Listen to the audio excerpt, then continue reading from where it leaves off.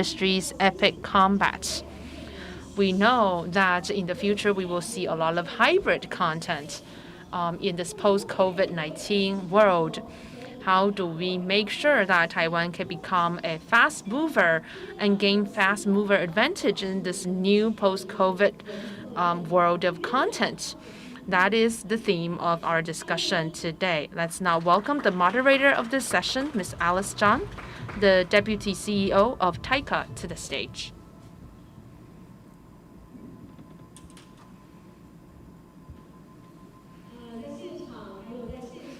Our friends, on-site and online, good afternoon.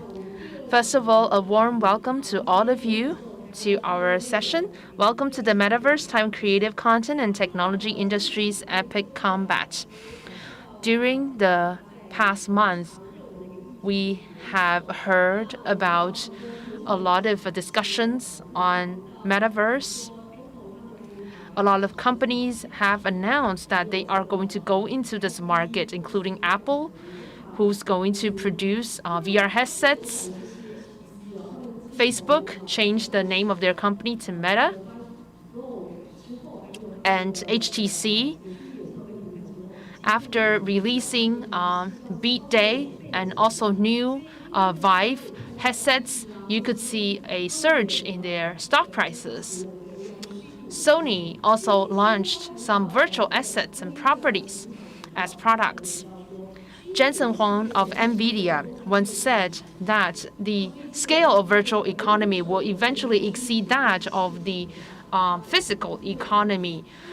So the metaverse is going to be here. It's going to come, and it will revolutionize the landscape of global economy and content creation. We could see that recently we have ranked as one of the top 10 countries in the potential of content and competitiveness. TAICA, of course, is responsible for promoting the content creation industry here in Taiwan. And we would like to make sure that as our content creation industry transform along with the inception of the metaverse, they can create a new opportunity and a new blue ocean of opportunities. That is why today we are very honored to have a lot of experts who will join us in today's panel. You are going to hear, first of all, from Mr. John Radoff, who is the CEO of Beamable. He is also a very prolific writer about the metaverse. In his articles about metaverse, he has talked about a 7-layer framework for the metaverse. He has accumulated more than 10 million views of his articles, and he really is an evangelist of the concept of metaverse. Because of the time difference, he is not able to join us live. He has recorded an introduction to this session and this is going to be a 30-minute talk. Let's listen to him now. So let me tell you a few of the things that I really want to cover in today's talk. Number one, what is the metaverse? Because a lot of people are asking, what does this word even mean? A lot of people have different definitions. I'm going to share with you how I think about it, and also a personal story from my own life of how I sort of grew up in the metaverse. I'm going to talk about who's building it, what are the kinds of companies, what is the structure of this industry, and also what are the trends that are shaping the metaverse. And then I really want to spend a bunch of time on what does this mean for creators in the industry here in Taiwan. Okay? So let me start with my personal story. So I feel like I've lived my whole life in the metaverse. So when I was a little kid, like a really little kid, like 7, 8 years old, I had two things that I really loved more than anything else. One was computer programming, and the other was Dungeons and Dragons. So I always had this aspiration of putting those two things together. And you know, Dungeons and Dragons in many ways, that was the metaverse. It's a place of imagination and creativity where people come together, they interact socially, they tell stories, they make things. That's a big part of really what I think the metaverse is. So, after making some games as a high school student and then going to college, I actually met my future wife in an online game. So my own story in the metaverse continued that way. I met my future wife in an online game. I left college and we started a game studio together. So in the early days of the metaverse, of the internet, we were making games. And we made a game where people could interact socially. It was called Legends of the Future Past, and people came from all over the world to play this game together. And I know for a fact, for example, that other people met each other and got married in this game. And that's something that I think is special about the metaverse, and we'll talk about how that's going to continue to go from here. But the metaverse is a place for social interaction, storytelling, meeting people, and really connecting with each other on a human level. It's games, of course, but more broadly, it's a place for self-expression, for meeting each other, for connecting with each other as human beings. All right, so what is the metaverse? I think in its simplest terms, the metaverse is the next generation of the internet. So today, the big change that's happening is the shift from an internet which was largely what I describe as transaction, by which I mean in the past of the internet, people would go to a website, they would look at a web page, they would read information, they might make a purchase. Okay? Where we're going with the internet, though, is that it's really going to be based on real-time immersive activity. By immersive, I mean that you are projected into a world and you feel that you are present in it. And this next generation of the internet, by the way, it's not just a place you'll go to, it's going to surround us everywhere. So we're going to be adding computing to all the devices around us, to our cities, what is sometimes called smart cities. You're going to have augmented reality where you look out into the world and it'll be enhanced by information. It'll be aided by artificial intelligence. So computing, the metaverse is going to be all around us at all times. And it's really going to be real time. You're going to be there and present as a person interacting with other people. It's also going to be powered by a whole new generation of creators. And that's a big part of what we're talking about today. It's how do we leverage the metaverse as a creative platform for storytelling, for expression, for artistry. And a big part of that is a huge number of increased people coming into the metaverse, really enabled by tools that have made it much easier. Now, that's where the metaverse is going. How did it begin? Where did this word come from? Well, there's a book by Neil Stephenson. It was called Snow Crash. And in Snow Crash, people had 3D technology which let them navigate the internet. And they could do everything from games to looking up information to even going to like a nightclub and hanging out with other people. There was one thing that I didn't like about the description of the metaverse in Snow Crash. And Neil Stephenson, by the way, he gets all the credit for this word. He actually made up the word metaverse and Snow Crash. But the metaverse, in his conceptualization of it, was that there would be one top-down organization which controls it. Essentially, like in the Snow Crash metaverse, it was the Association of Computing Machinery, and they decided who could be in it, who could create things, would sell the virtual real estate and whatnot. And that's a big thing that's not quite right, because the internet is decentralized, right? The domain name system, websites, all of that is decentralized. Meaning if you want to publish something on the internet, you don't need anyone's permission, you just go do it. You launch a website.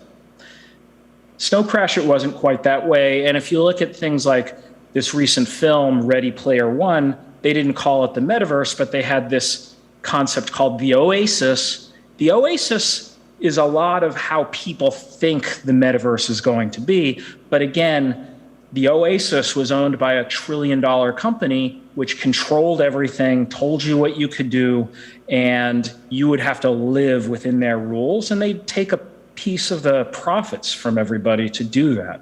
So again, that's not really the way the metaverse is going to evolve from here. Now, more recently, the reason why the metaverse seems to be getting a lot of attention, both as a word and a concept for the next stage of the internet, is companies like Epic Games and Facebook, and even my own company, Beamable, which is building technology for building games, as well as many hundreds of other companies. All of these people are building the metaverse, and they're starting to look at it through new lenses and new ways of understanding it. And they're talking about it in some cases as a decentralized platform for creativity. In other cases, as a very, very immersive version of the internet where we're interacting with each other in real time through social experiences and games and whatnot.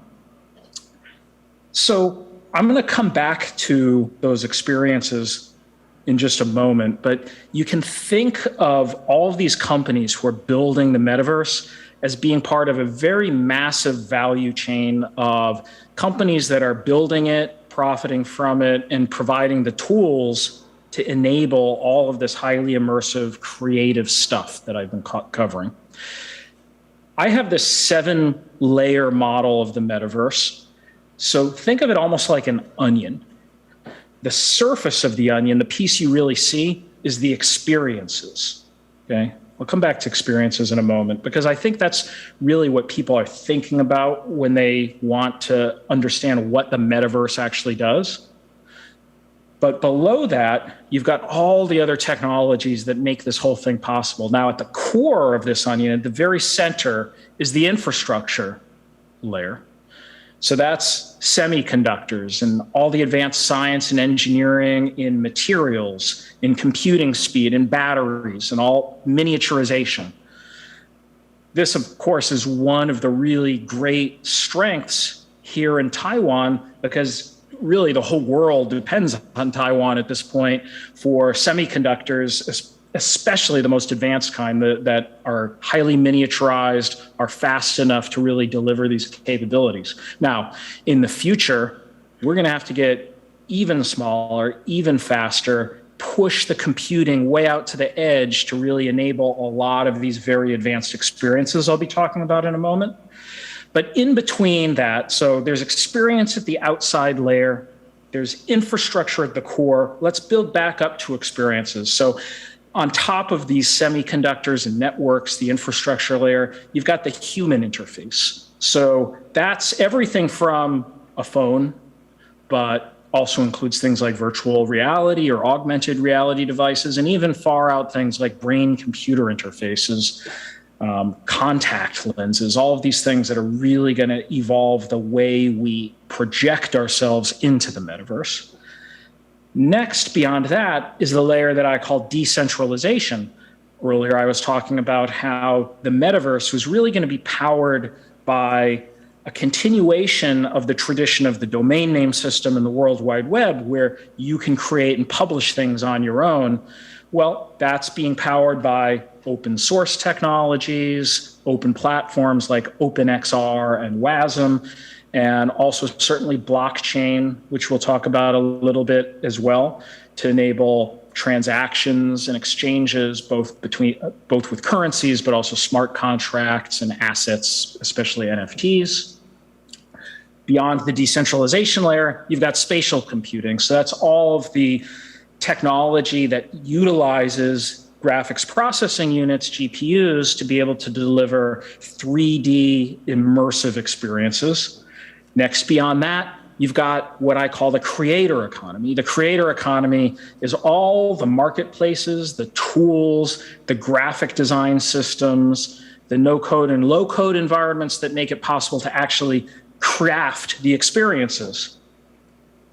The second, below the top, is the discovery layer. So that's all the things that help you find out about the experiences that you're going to be doing on the internet in this next generation of the internet we call the metaverse. And that includes advertising networks and community tools like Discord and all these things where we're connecting with each other to find the next thing we're going to do in the metaverse. But what are those experiences? Okay, this is what consumers are thinking about. And if you're a creator, you are going to be thinking about experiences as really what you want to make. But there's a huge number of them. The one I'm going to start with is games. All right, games are going to really define all the things that we're building in the future of the metaverse, because it's the game technology stack, starting with 3D engines and real-time server technology that brings people together and experiences in real time, that enable all the other stuff we're going to be talking about. So right now, games is a several $100 billion industry, which is already a big part of the metaverse. But beyond that, you can start to see all the other things that are happening. There's the adjacent things, such as VR chat and immersive social experiences. You've got shopping. You can imagine all the shopping applications with AR and VR and more of an immersive experience. You've got fitness. You've got education and training. You've got travel, which I think is a really interesting one to return to later on in this talk.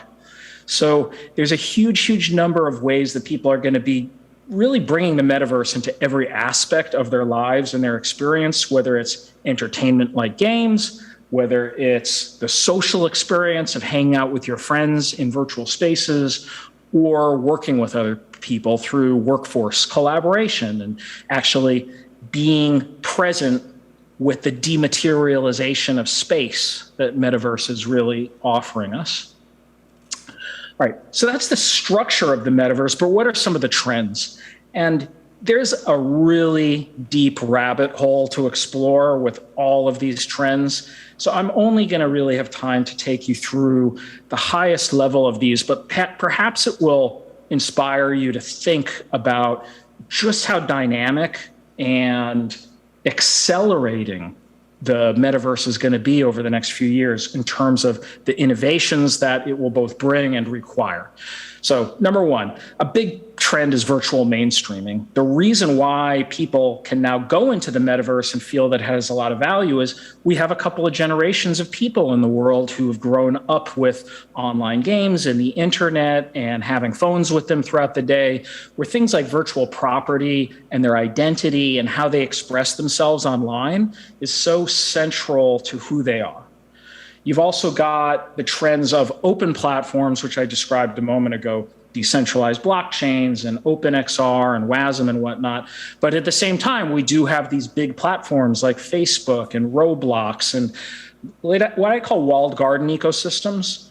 And those are environments where if you want, you can go and build inside them and create your own experiences, but they take a big share of the profits from them. They control what you're going to be able to build. We're going to come back to that. Okay, machine intelligence, the whole innovation around AI to power AI characters, natural language processing, and then specific to this idea of creativity in the metaverse, we are going to increasingly have technology that operates as a creative partner to you if you're a creator, to provide scaffolding, to populate worlds, to be the character that you've envisioned. And if you're a coder, even provide a lot of automated code creation. There's a whole rise of cybernetics going on. So that's AR and VR. This technology is going to get faster and much more ergonomic. Okay, that's the problem with a lot of these technologies today is they're kind of clunky, they're heavy, they're not that easy to use, but this is going to be changing in the coming years. You can already see it with these new devices like the Snap Spectacles or Facebook Stories glasses with Ray-Ban. It's starting to feel the way this technology actually could. You've got low-code and no-code platforms. I believe that the metaverse is going to increasingly be built by people who don't really need to code. They will be using tools that will help them craft the experiences. So the important skills are actually going to be artistry and storytelling and understanding how to create really great experiences for people. You've got a whole trend around simulating reality. 3D engines do that with ray tracing and the ability to paint and render graphical worlds. With ray tracing, it's actually going to use the physics of light And we're going to see this simulation of reality affect a whole range of things everywhere. So it won't just be ray tracing, it'll be AI modules predicting behaviors, it'll be importing data from the real world with the Internet of Things, or what would be better described as the Internet of Everything, importing real-time data all the time, populating our cities. Remember, I said that the metaverse is not just a place we go into. The metaverse is all around us. The data from the real world is going to be part of that, and it'll form a continuum with this thing we think of as the metaverse. Networks are going to get faster and faster, and we need that because things like AI and image recognition and all these augmented reality experiences will need to be able to be very close to us.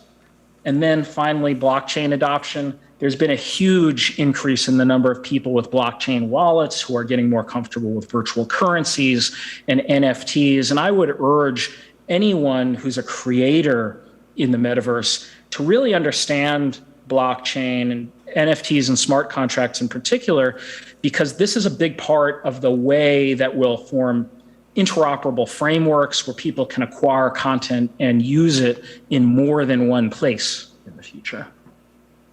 All right, so I want to shift now to more of what the metaverse means specifically to creators, and then even beyond that, specifically, what does it mean for creativity as an industry here in Taiwan, okay? So first of all, what it means to be a creator is going to evolve. When I got started making games, you had to code everything. And that, of course, was true through the whole history of game making, just as one example of a metaverse application. So 10 years ago, if you were a game maker and you wanted to make a 3D graphics game, it was still very common at that time to have to hire people who understood matrix math and graphics programming, and they would have to sit down and actually code a lot of that stuff from scratch. Effectively, they would make on their own what would now be called a 3D engine or a game engine. Today, there's products like Unity or the Unreal Engine from Epic that actually just do that for you so that you can become really focused on the things that your customer or your player cares about, things like storytelling and artistry and design, okay? Now, real-time infrastructure, the server technology to support it, that's lagged behind. That's still a very complicated technical piece, but you can already see through platforms like Roblox, for example, or even Minecraft, that at least in these walled garden environments, it's getting easier to do. My own company, Beamable, is trying to bring that to the whole world. We really want to make it so that you could have the freedom to build creative real-time activities and games however you want without living in those walled gardens. And there's a lot of companies who are contributing towards this. So, you know, another part of the idea of being a creator that's going to evolve is this idea of play to earn. So let me talk about what play to earn means. So right now, there are games that people are playing that are built on blockchain technology where you can buy items or you can buy characters in the game and you can actually earn a living from doing it. So the game that's probably best known for this at this point is called Axie Infinity, which is built on blockchain technology. And earlier this year, I predicted that we would see the first billion-dollar game in this industry. I thought it would happen within a couple of years. I was off by about 18 months because it's already happened. Over the last 6 months, Axie Infinity reached $1 billion in sales. So really incredible. And the people who are playing this game and doing it, a lot of them are people in the Philippines who found that they could engage in Axie Infinity and level up characters, the Axies, and make the equivalent of several times a living wage in the Philippines.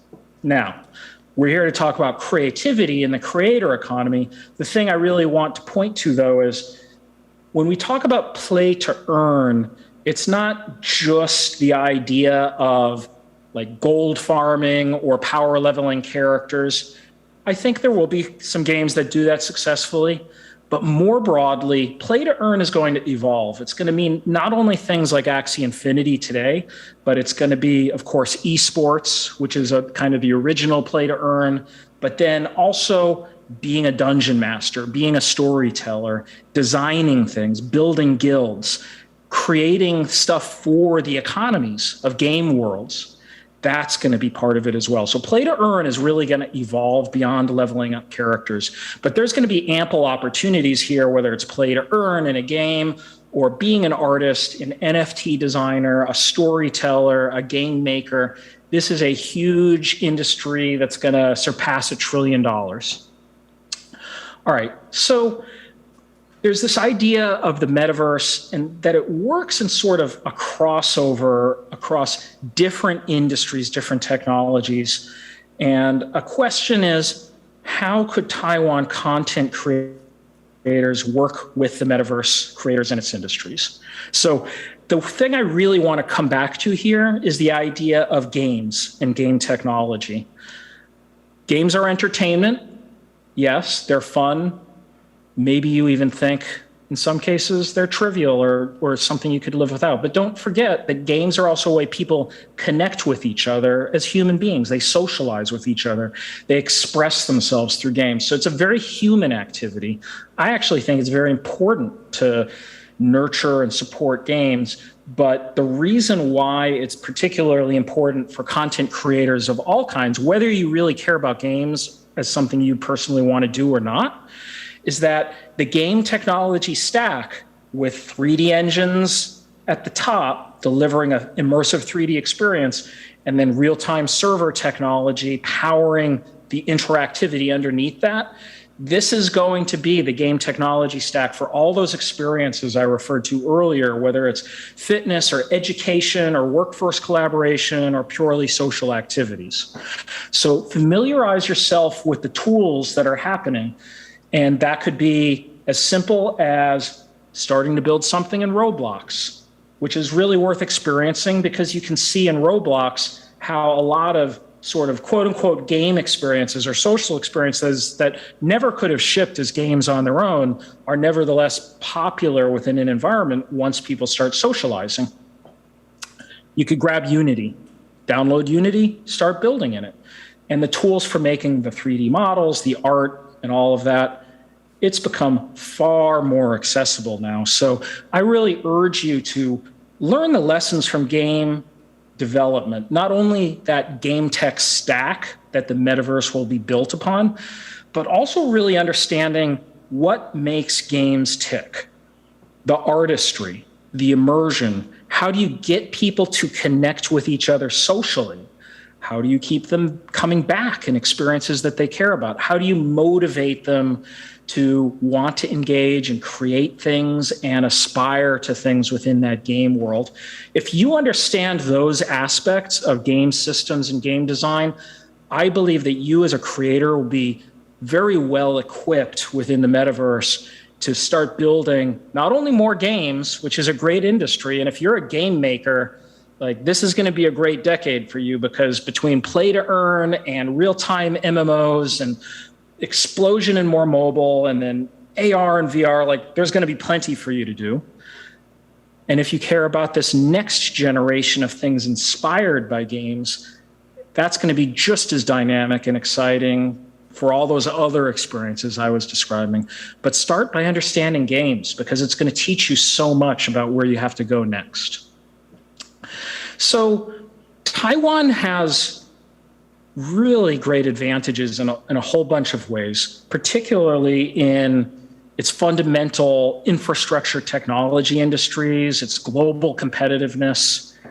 Taiwan competes all over the world for the best of semiconductor manufacturing, and also the cultural diversity, which I think is something that I think is actually underappreciated outside of Taiwan. And I think it's an important one that I'm going to focus on in particular, because I think it shows us some of the opportunities for creators here in Taiwan. So, but let's start with the semiconductor industry, because let's remember that the metaverse is actually going to be built on top of this technology. As much as we want to craft all of these awesome experiences, which will be done through software and 3D graphics and design and all of that, really what powers the metaverse is semiconductors. We need GPUs that can deliver the 3D graphics and do ray tracing, and also AI applications. AI is a huge part of the metaverse. So I think understanding GPUs not only as a manufacturing process, but how to exploit GPUs and use them in the metaverse for those kind of applications like AI and graphics, very, very important. Let's jump all the way, though, to the fact that just Taiwan has this history as a cultural crossroads for so many people from across Asia and across the world. You know, some cultures are very hard to penetrate. If I go to the top games in Japan, for example, and I look at like the app stores and see what games are very popular there, it's a very distinctly Japanese list of games that are mostly popular only in Japan, not really known outside of Japan. If I go to China, pretty much the same thing. But in Taiwan, there's a huge diversity of gameplay that I think is really interesting. And to me, it actually reflects the diversity of the culture that's like deeply embedded in like the cultural DNA. So if I look at Taiwan, what are some of the games that are very popular? So I look at, I see a lot of esports games. So Dota, Rocket League, League of Legends, they're all popular as esports. Minecraft is the top paid download on mobile devices. And at the same time, I see games that are very popular that are based upon traditional Chinese culture, like Rise of the Three Kingdoms. And then there are homegrown products from Taiwan, like Tower of Saviors is a game that's been popular for many, many years that was invented here in Taiwan. So what does this tell me?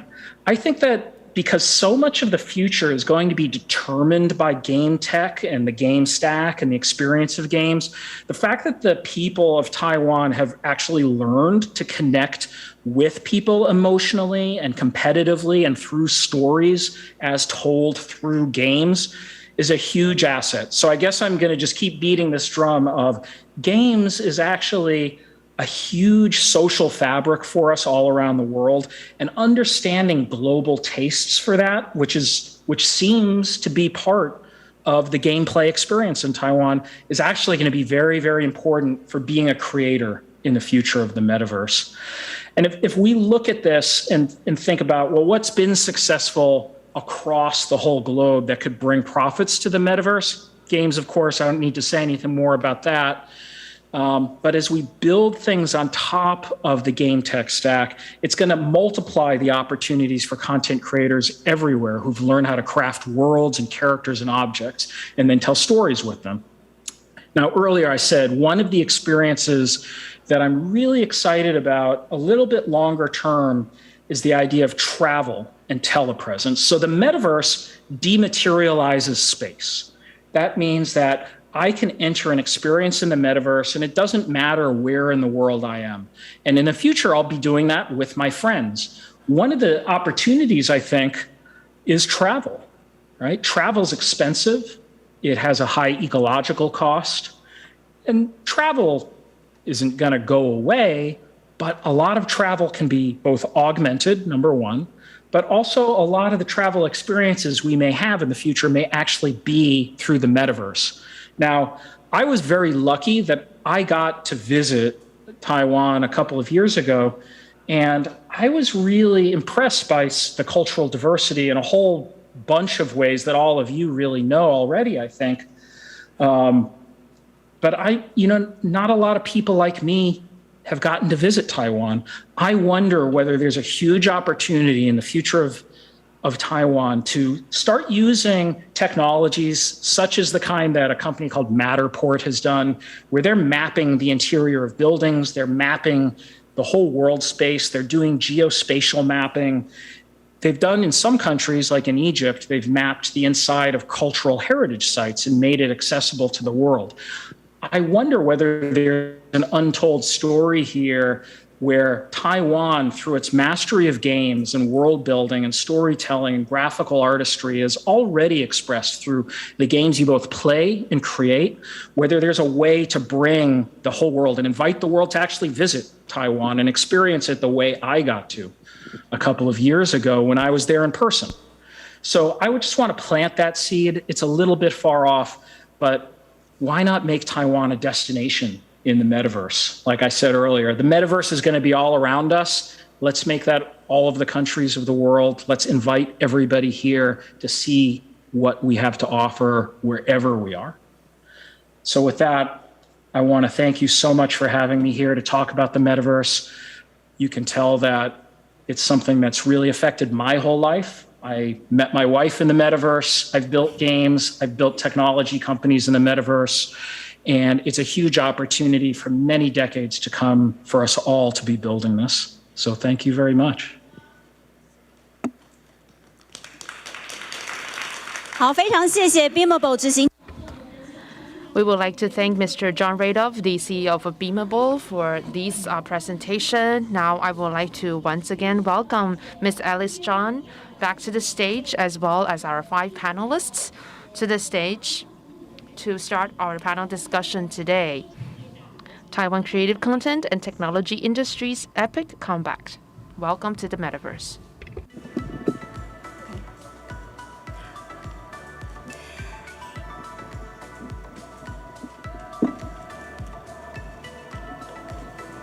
好，由于呢现场我们论坛呢有做了非常充足的防疫的措。 We have implemented very strict COVID-19 control measures. We have everybody's temperature measured. We also have imposed many other measures. So our speakers and panelists on stage, you may take off your face masks. Thank you.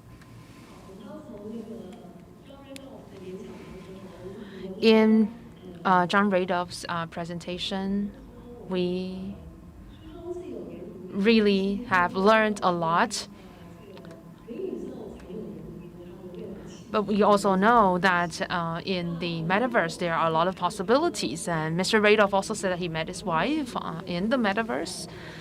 So when we talk about metaverse, of course, we need to talk about the infrastructure and the technologies supporting the metaverse. Taiwan is also a place where we enjoy a diversity of culture as well as freedom to create.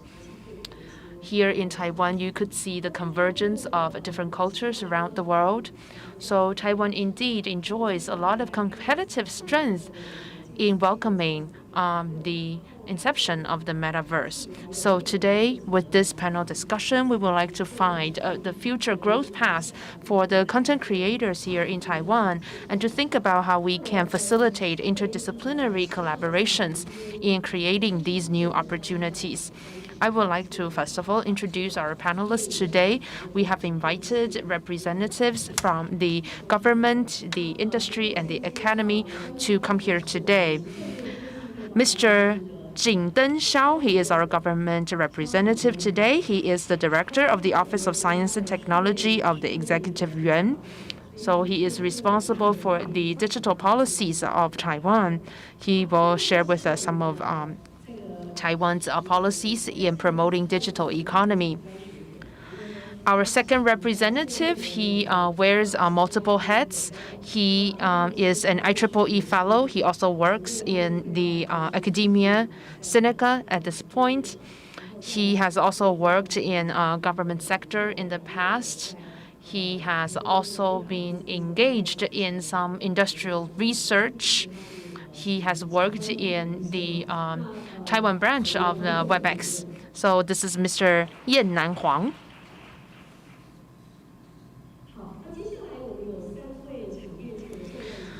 We also have 3 industrial representatives with us in this session.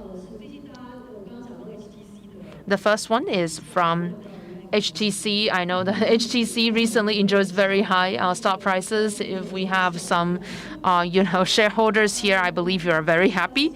And very happy to meet Mr. Siming Liu, indeed, who is the president of HTC Vive Originals. So HTC started with VR headsets, and now they are expanding to the creation of content. So let's welcome President Siming Liu. We have two panelists who goes by the surname of Liu and two by the surname of Huang, so sorry for the confusion. Now, the next one I would like to introduce is Mr. Kurt Liu, the Content and Marketing Vice President of XR Space. I call him Kurt all the time. All right. Last but not least, a very important player in the global supply chain of technologies supporting the metaverse, and that is Mr. Steve Huang, Chief Technology Officer and Senior VP of Pegatron Corporation. You could see by his costume that, wow, he is really very deeply integrated with our cultural creative industry here in Taiwan, although he represents a hardware company. In this panel discussion, we are going to discuss two themes, or rather, we are going to have two rounds of discussion. For the first round, we want to talk about Taiwan's opportunities and also future path of growth in the new age of metaverse. I would like to start with Mr. Yannan Huang. You are now working in the Academia Sinica. The Academia Sinica is really the most premium and advanced research institute of Taiwan. Can you share with us what technological know-how in software and hardware integration does Taiwan need to develop? Could you please pull out my presentation slides? I only have 3 minutes, so I will be brief. Right. So Mr. John Radoff has laid out a lot of technical aspects of making metaverse possible. And what are Taiwan's opportunities? What is Taiwan's opportunities here?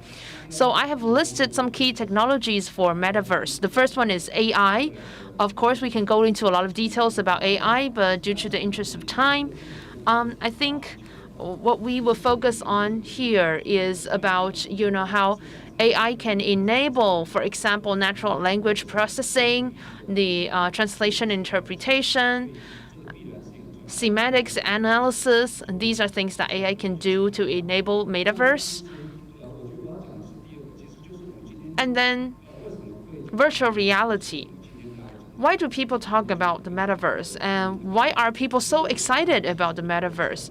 This is because this year we have seen a major breakthrough in virtual reality, and that can further blur the line between the virtual and the real world. When we are in the virtual world, we feel like this is the real world. This could be the real world. So we could see breakthroughs in XR technologies. We can see lighter headsets. Headsets will no longer be very clunky. The connection speed will be fast.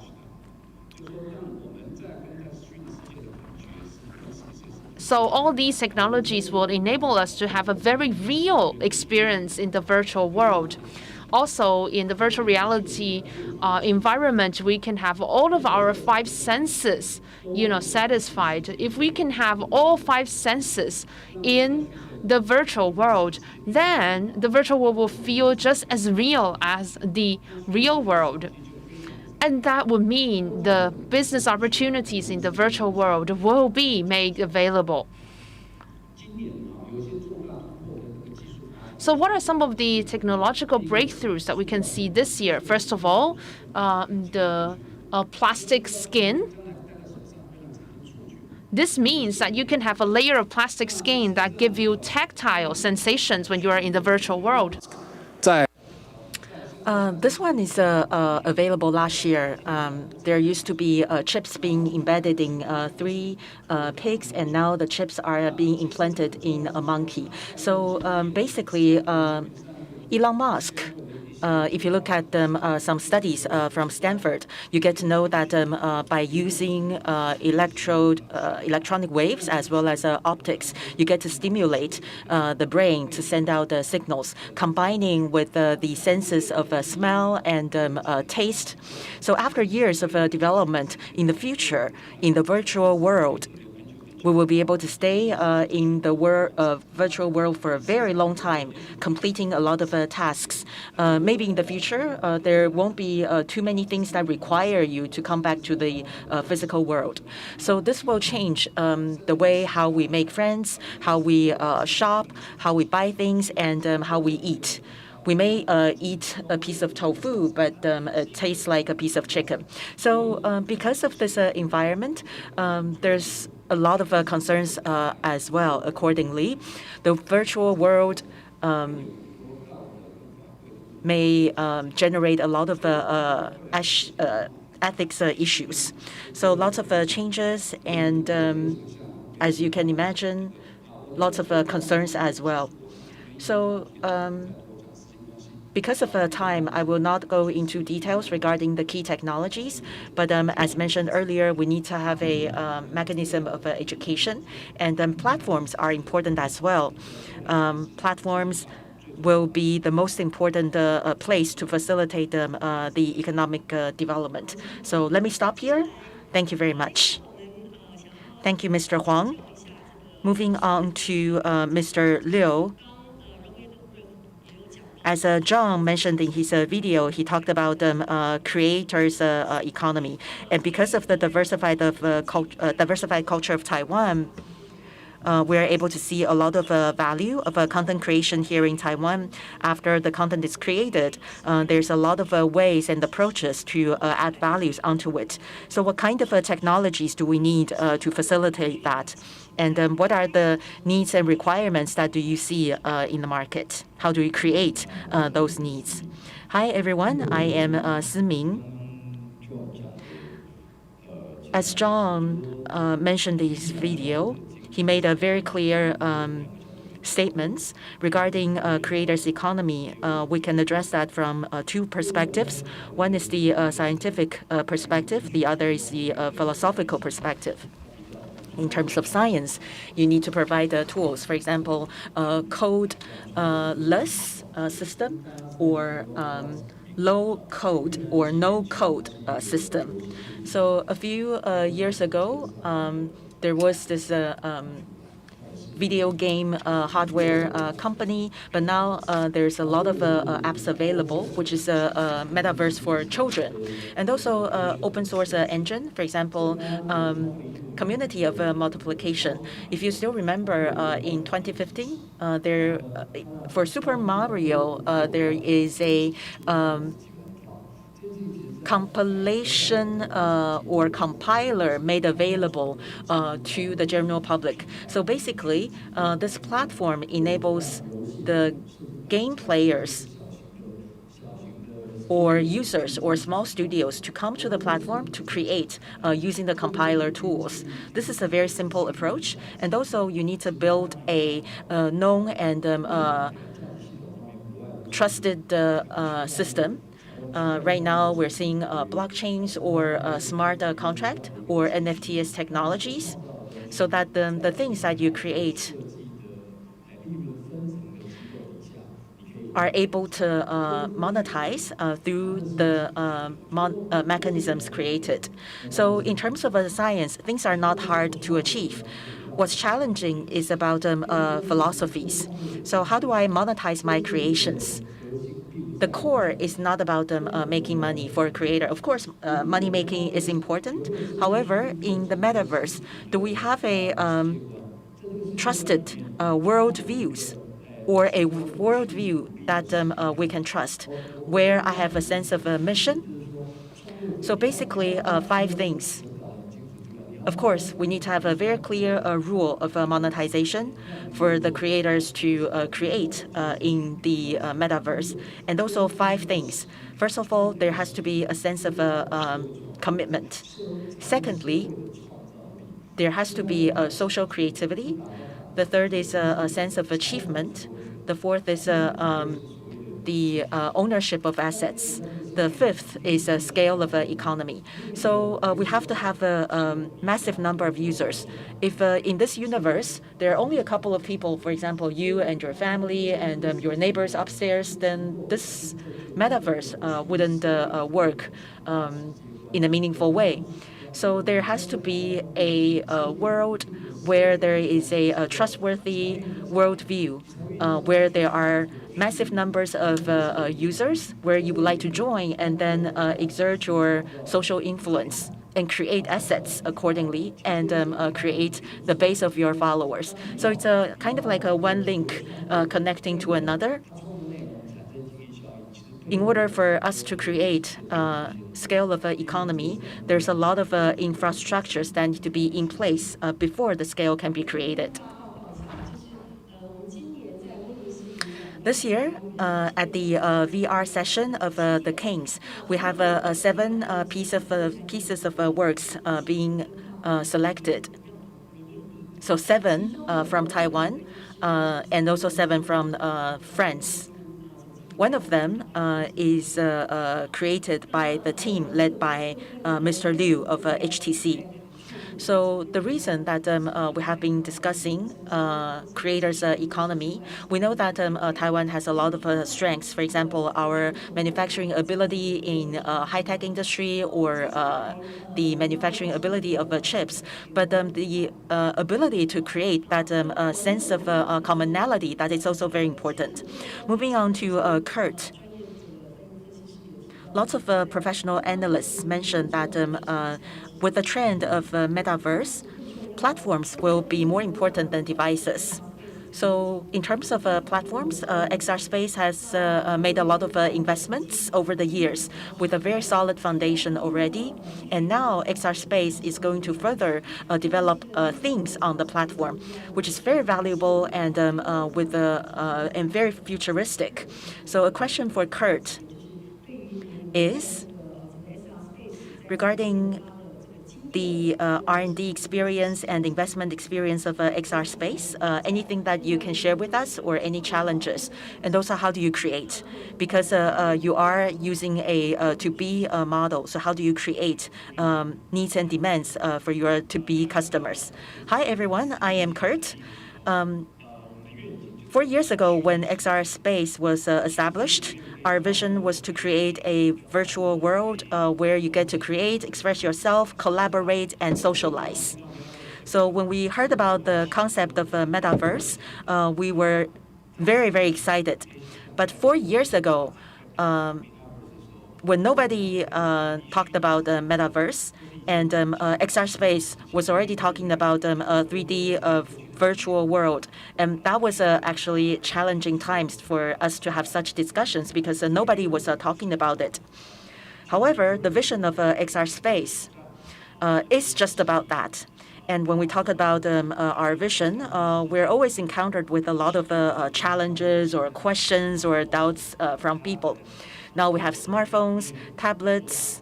We're able to view the content in a 2D fashion. Why do we need to get into the 3D world? So that was the challenge that XR Space had. But now we have Meta or NVIDIA and Microsoft are now all talking about the metaverse loud and clear. So this is actually a very big help for us because we now have these big players educating the market.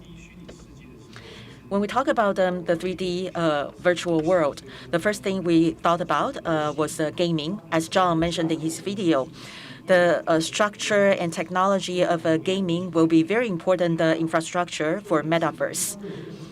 And however, if we were to bring metaverse to more areas other than games, what should we do? 4 years ago, we were very ambitious. We wanted to do everything. When you talk about social, it's a very big area. So based on our experience, we have to first identify a theme. This is a new world. Metaverse is a new world for a lot of us. So when you first enter this new world, lots of people are a bit clueless. We don't know what to do. We talked about viewing content in a 2D manner. I just sit there and then view the content. However, in the world of the metaverse, real-time presence is important. Real-time presence is the key. You are there in the world. You yourself is content in metaverse. So you have to express yourself. You have to be used to talking to people, just like what I'm doing right now. talking to you. So you first need to identify a theme. That's the theme identified by XR Space, which is online exhibitions, online trade shows. That's the first theme. The second theme is about music. We'd like to create a music platform, which is a party on. So this is a new idea. Now we have heavy players coming in talking about the same concept. So I think identifying the themes for you is very important, and then you will have to be focused on the themes that you pick and choose, and really do the homework. Thank you, Kurt. One of the themes of XR Space is Party On. The other is Go XR. And also Honghai is having a partnership with XR Space to have a Tech Day of Honghai, which is October 18th, taking place in Nangang. We also provide a online version of a Tech Day for Honghai because this is going to be online, which means that this version is going to be there forever, and it will be upgraded all the time and continuously. So it's not limited to October 18th. We're going to extend it to the end of the year all the way to early 2022. We understand that the development of metaverse is going to have a big impact on all consumers worldwide. So, Mr. Huang, since you are representing a very large manufacturer here, so with the trend of metaverse, how do you look at it in terms of manufacturing and R&D of technologies? I have been observing all the new technologies, and one of the reasons why these technologies are able to succeed is because the technology is able to address the need of humanity. For example, Steve Jobs at Apple introduced a touch panel here.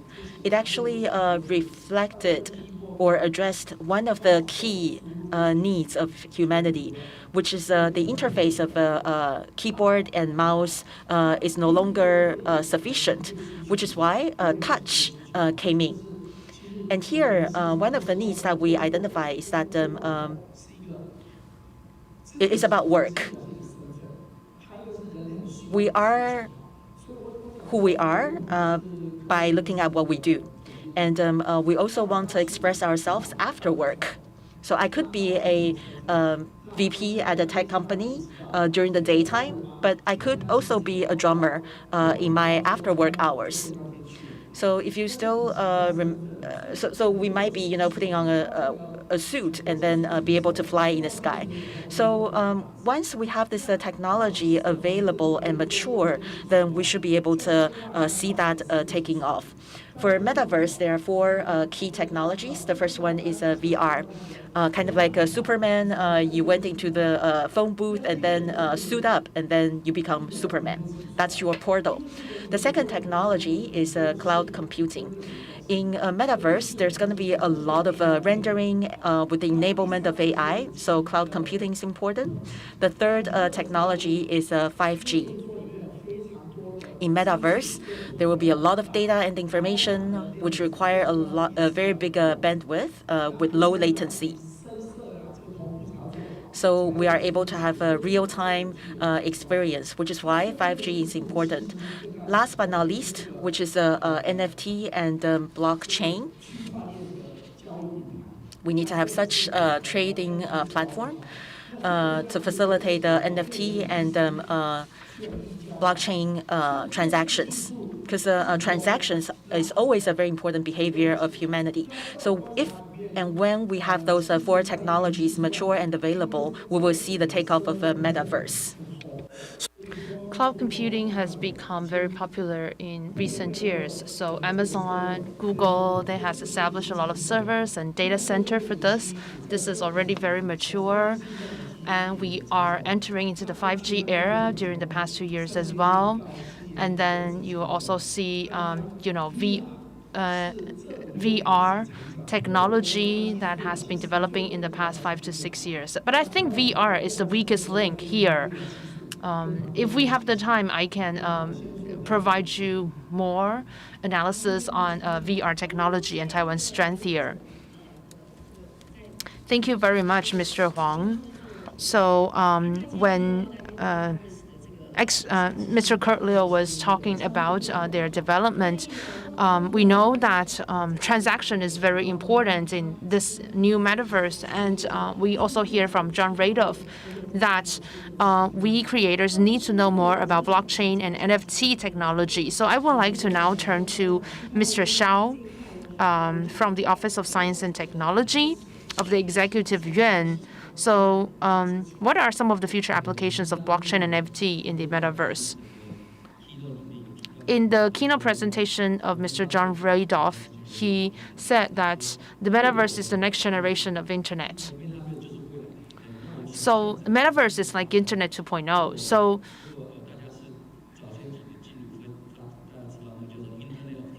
we know that when we first started with the internet, it was the internet of information. Information used to be relayed to us through TV or other medium. Then it was relayed to us through the internet. If you know, if you're always updated to blockchain-related news, you would know that a few years ago, Blockchain Revolution, the book, was published. And the author talked about the internet of value in that book. So in the future, it will be the internet of value. In the past, it's the internet of information. So information can be replicated. However, the value is created by advertisements and other business models. For example, I used to work in these areas. So if you work in the online advertisement, your profit model would be you profit from the advertisement. When you enter into the internet of value, the value of everything on the internet can be documented and can be determined.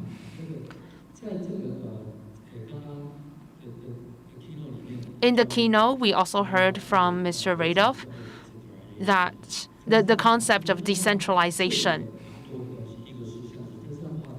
Decentralization means decentralized computing, decentralized storage, and decentralized value. And supporting this decentralization is a trust structure. We need to have a trust structure so that people wouldn't rush to monetize the values. For example, in the real world, we buy coupons and vouchers. And a lot of people would like to monetize these vouchers and coupons as soon as possible. In the metaverse, it can create a trusted structure. You know that you don't have to monetize all of these coupons or vouchers or tokens that you get in the metaverse because it will remain valuable in this metaverse. So with blockchain, this trusted infrastructure or framework is able to be established. Everybody can trust in this framework and to trust that values will be maintained and preserved. Thank you. So we've heard from the first round of discussion was that you can eat a piece of tofu and it would taste like chicken, or it's a brand new worldview. Or we heard from the value of trust, of a trusted infrastructure or framework. So I think we've heard a lot of keywords in this first round of discussion. So during the first round of discussion, we were talking about opportunities, what's our growth path. The second round of discussion, I would like to move on to another topic. We've been talking about collaboration for creation. So how can we facilitate interdisciplinary collaboration so that the content creation industry can work more closely with the technological industry or other industries in order to create more value in the metaverse? Let me go back to my notes here. I would first of all ask Kurt to talk. We know that social is taking on a new phase across the world. What is the future communication mode on social platforms in the future? And you have also mentioned about GoXR, Party On, these different platforms, because you are working to be, right? So can you talk about content creators' working process with XR space? Thank you. First question. So social models in the future.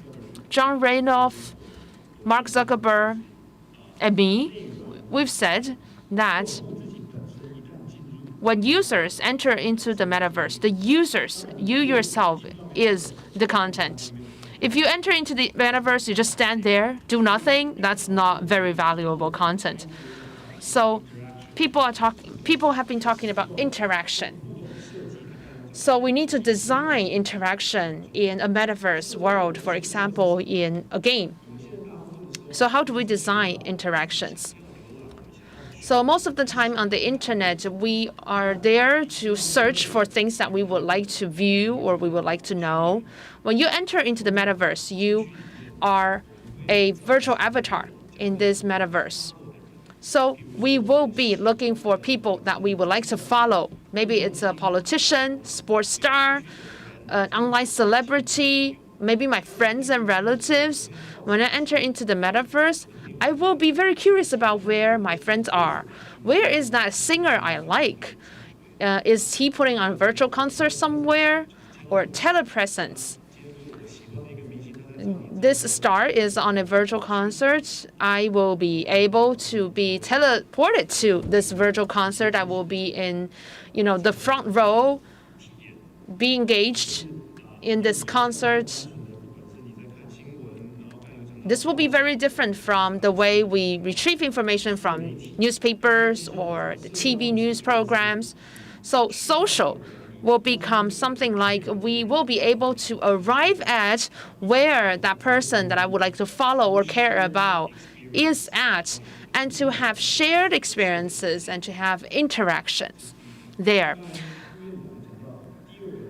And the second question, GoXR is 2B and Party On is a 2C platform. I think something John Randolph said really struck a chord, and that is in Taiwan we have a lot of talents in 3D graphics. And the metaverse age is the age where 3D talents can shine. In the past, people who have 3D skills, they work in the gaming industry, but now with metaverse, they will be able to create their own IPs to tell their own stories as a platform. For example, for Honghai Tech Day or for Taipei Textile Expo, what we are able to do is to create their own metaverse, the metaverse of our clients. And they don't know how to start that. So what we do is we start with space, people, and assets. So we have a lot of 3D talents here in Taiwan who are very good at creating these assets. So in the metaverse marketplace, in the metaverse, we will have marketplace replacing the app store. And these clients that we have, these business clients, they probably want to have their 3D space. It doesn't need to have 4 walls. It could be a very macro space. Then we can have these different 3D talents to come into this model where they can create different assets onto this marketplace in the metaverse. So even if it's an SME, they can go to this marketplace and choose the assets they need to create their own metaverse. And so these 3D talents can upload their own products into the marketplace. They can create these assets in the marketplace for companies to use to create their own metaverse. That's our imagination for the future. Thank you, Kurt. I would like to now go to Mr. Siming Liu of HTC. So I think recently we have seen the news about Beat Day. Beat Day is a virtual concert platform launched by HTC Vive Original. I believe that a lot of music fans and musicians are already very attracted to this platform and are very excited about it. So how can you talk to us about your experiences in creating Beat Day and also any new content or platform in your pipeline after you launch Beat Day? Thank you. So let me give you a brief introduction about Beat Day. Beat Day is a metaverse for music, and we are still exploring and creating this metaverse. In this process, I really have learned a lot. To create a holographic virtual concert and to create a metaverse for music, it really involves a huge amount of technological stack. It involves a lot of different technologies, and it has a lot to do with the interdisciplinary integration. To create a holographic virtual concert, you need to, of course, first of all, have your connection with the music industry and the concert promotion industry. You have to know their technical know-hows. For example, what do you need to do in a concert to make it attractive? Setting the style and the costume for the star, location of the camera, how do artists move on stage. These are know-how coming from the music and the concert promotion industry. You, of course, also need to have 3D engines, 3D talents, creating different setups and assets. Thirdly, we used volumetric capturing technology. This, of course, is another new technology. We use 32 cameras to capture in real time the movement of these artists in order to create that holographic image. So there are many layers of technology. So with this huge stack of technology, we are able to create this new metaverse, this new Beat Day metaverse. So in this metaverse, we are thinking about a distant future where everybody has forgot about music and people need to search again to regain the power of music. So everybody has their own avatar in this Beat Day metaverse where they can find new music and watch virtual concerts, and eventually they will be able to curate their own concert. I have a video here actually. So this is actually a closed-door test in Beat Day. So this setup, this is an imagination of Ximending, a popular business district here in Taipei in the distant future. So you can see that music industry is already very mature, and agency, concert promotion organization, these are all very mature industries. We have to work with these artists, work with, for example, copyright management services. We have to make sure that the artists and the team of the artists fully trust our visions. This is actually very difficult. Artists have their own standards in terms of the level of performance they want to pull up. So I used to work in the music industry, so that gives me an edge in communicating with these artists. And that was how I was able to communicate with these different people from different sectors. So you could see all these setups of different cities, how people move in these environments, how they interact with these virtual assets. We had to reach full understanding and consensus before we can do this. So our next virtual concert will involve a very, very popular artist here in Taiwan. We really look forward to it. We're very excited about it. Please remember the date. It's the 12th of November. And we are also working with Taika and also another foreign company. So I only have a limited amount of time, so that's all. That's what I can say right now. Thank you. 接下来我们要 So we would like to talk about hardware. You mentioned 4 key technologies earlier, and you have been working hard to breakthroughs in these 4 technologies. So if I may ask Mr. Huang to continue on that topic. We also talked about the creators' economy. So how do you work with the content creators? Maybe if you could shed light on that as well. I talked about Metaverse is going to be a big hit because it addresses the 2 important needs of humanity. One is we would like to have alternative identities and also privacy. I talked about VR. Probably is the least mature right now. On the slide, I put together 7 VR technologies. The first thing you think about is optics. We call it VAC. I will not go into details here, but basically, when you are focusing using your eyes, we have the same focus, but if the focus is wrong, then, or if the focus of your eyes is different, that will make you very uncomfortable. A few years ago, our VR devices were just like that. I was able to wear them for maybe 20 minutes or 30 minutes before I start to feel dizzy. And also resolution is important, and field of view. Another thing is something that's more important than optics. The more important thing is materials. Are you willing to put on your devices for 2 hours a day or even 24 hours a day? So the materials have to be able to address the challenge of weight, so that you can put on and take off your VR devices very easily. And also, weight distribution of the device is important, which is why Pegatron has been very much focused on the manufacturing of VR devices. We put, for example, CPUs and lenses at the front, and then batteries on the back, so as to balance the weight. So sometimes it's kind of like not intuitive, because the front part of the device is pretty long.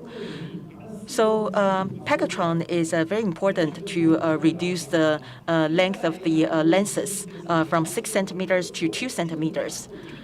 And also, when you have the devices contacting the skin, we then need to think about the material to make it comfortable.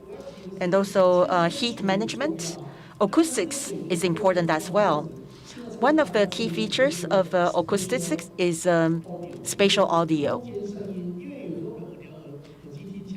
Sometimes when we hear music from the headphones, we do hear the sound. But what about if there was a flight coming from your back? Would you be able to identify that through your headset? So that is a spatial audio. And also CPU and batteries, those are all very important as well. So in terms of the supply chain, Taiwan plays a very critical and advantageous role here. So these 4 technologies, for example, data center and cloud computing, as well as 5G, these are all core strengths of Taiwan. For example, Taiwan is one of the biggest makers of 5G infrastructure. We also help Google and other large data center operators to run their data centers. For optics, we also have very big strength here. So Taiwan stands a very good opportunity here in this area. And the commercial time.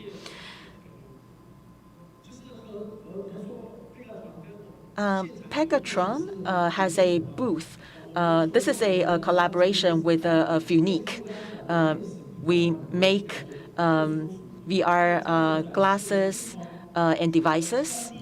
And at the booth, we demonstrate, for example, macro videos or macro photography of insects, as well as basketball games and aerial shots of our coastal line. And I wore those devices, and I felt very comfortable wearing them. So I do encourage you to look at the booth. So comfort is very important. And also because of the very high resolution, it's more authentic when you watch the videos and the visuals because of their development results of 8K videos. Next, I would like to ask Mr. Huang and Mr. Xiao to comment on the following questions. If I may ask you about the future of Taiwan, what's our next steps? Academia Sinica is the national research institution of Taiwan.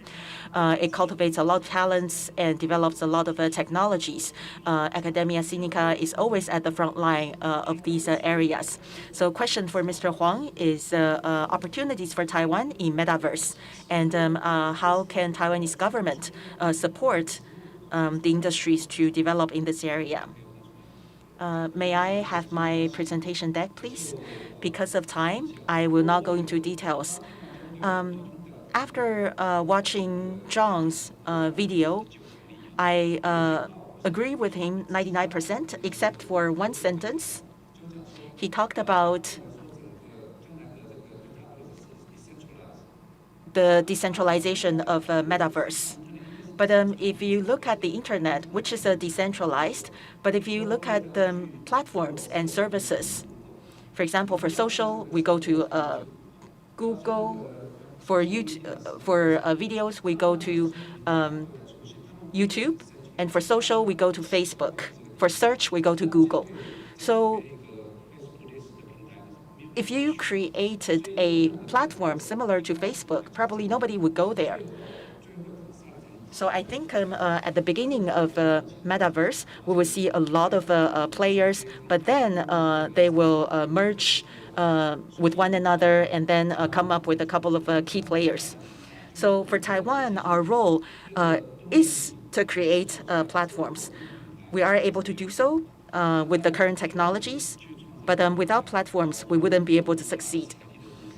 For those small-scale companies without a lot of financial support, you may find it challenging to create platforms. For example, Facebook or Google, they are able to create platforms because they have very good financial support, which is why the partnership between the government and the industry is very important. The government is able to offer a lot of financial support and investments in this area.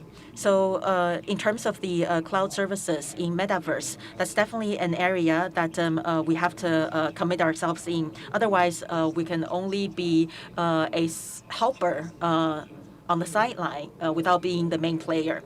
So in the next few years, the involvement and investment of the government and the industry are very important. We need to create a metaverse that is attractive to everyone in the world.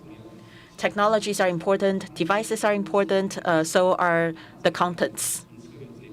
And definitely TAICA and Ministry of Culture will be able to work on those.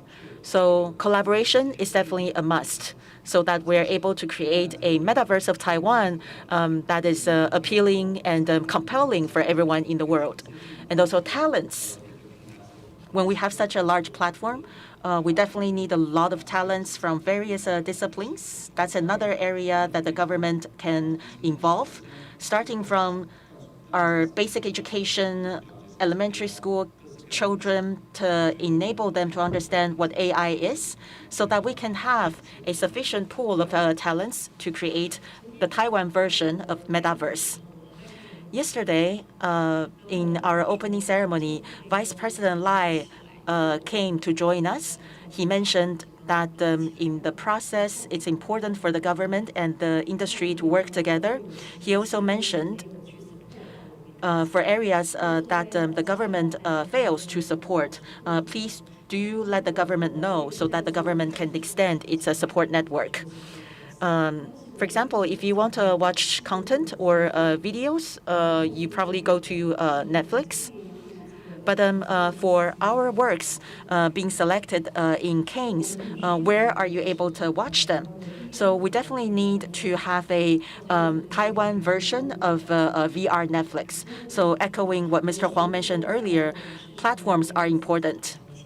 And in terms of the video area, Netflix took the advantage to become one of the pioneers there. But for VR and then immersive content, we are now at the beginning stage of that. So please do grasp that opportunity. Last but not least, I'd like to move on to Mr. Xiao. In terms of a smart country, all the projects about a smart country are the responsibility of Mr. Xiao.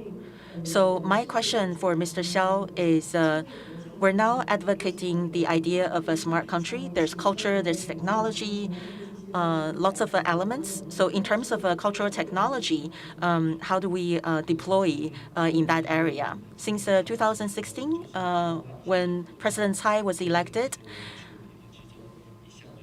one of the things that we're focused on is the innovation of 5+2 industries here in Taiwan. Following on that, we have smart country-related projects unfolding.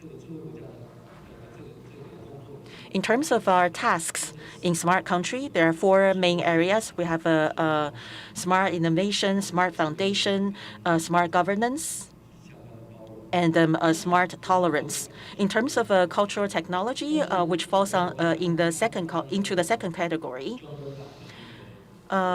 if you look at John's presentation, there are 7 layers of a structure. Every layer involves technology as well as government involvement. In terms of 5G, AI, display, semiconductor, government has made a lot of investments, and those technologies are for general purposes. For example, they can be applied in healthcare or consumer goods or culture or lifestyle. But in terms of verticals, for general purpose technologies, that's a horizontal. But for verticals, cultural technology is one of them, and also combining the efforts of Ministry of Economic Affairs as well as Ministry of Culture. The role of the government is a initiator.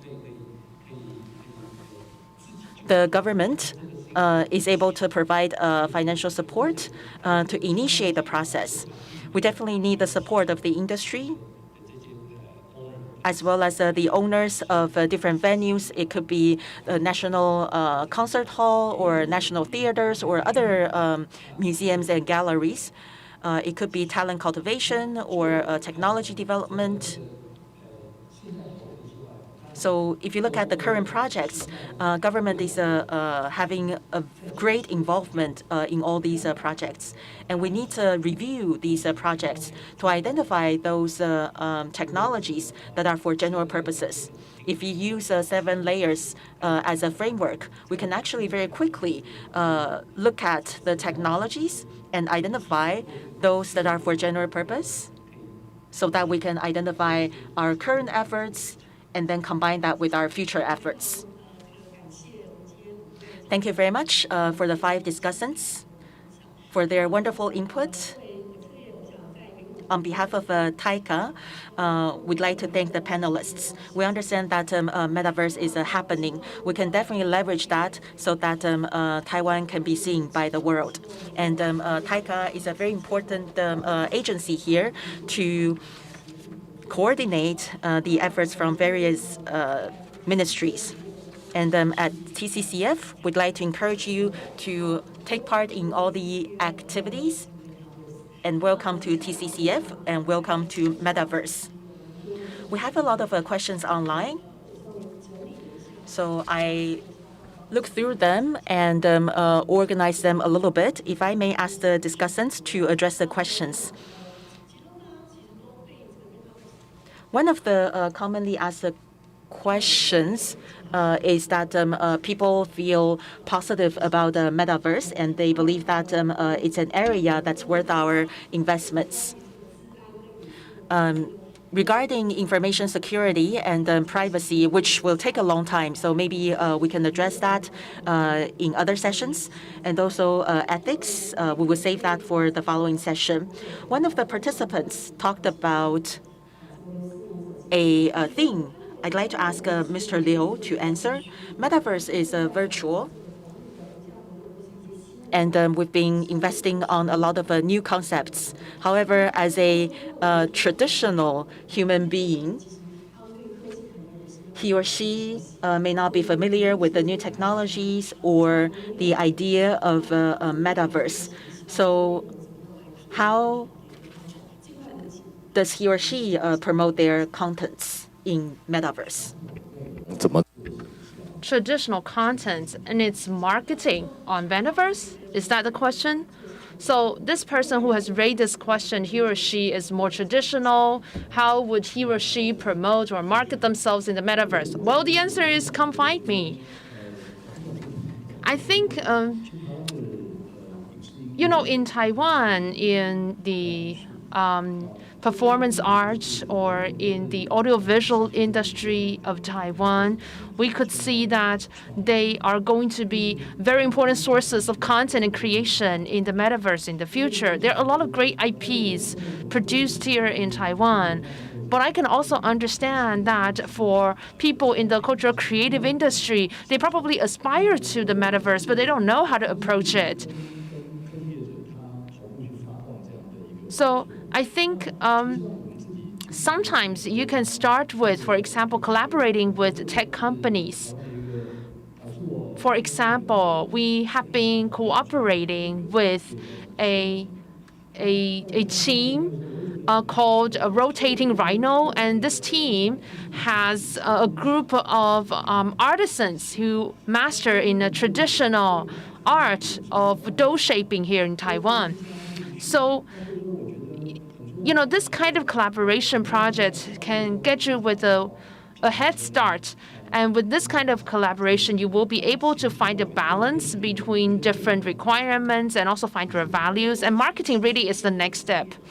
So keep following Taika, be it privacy, be it marketing. These are things that you can learn from us. We will always have the latest updates. So Mr. Huang and Mr. Xiao here, you are both part of our government. So the question here is that we have been talking about the opportunities of Taiwan in the metaverse.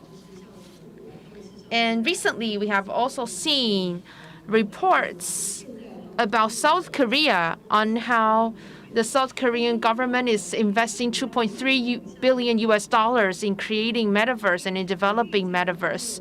So can Taiwan do something similar to the South Korean government, where the Taiwanese government can identify like the top one company here in Taiwan in this field and really give them full-on support? Mr. Xiao, please. In Taiwan, we have many different channels to provide funding and financing to startups. We have the National Development Fund, organized by the National Development Council, where you can submit an application and a review committee will review this proposal and to provide you with the grant if you pass the review. The Department of Industrial Technology of the Ministry of Economic Affairs also have some programs where they could provide you with some grants and funding. Director Huang, please. So those top one company, what kind of subsidies or grants or government support can we provide them? I think Mr. Xiao has said it very well. We have a lot of grant and subsidy program for companies here in Taiwan. And of course, there's always national policy, trying to help facilitate the growth of an industry from top down.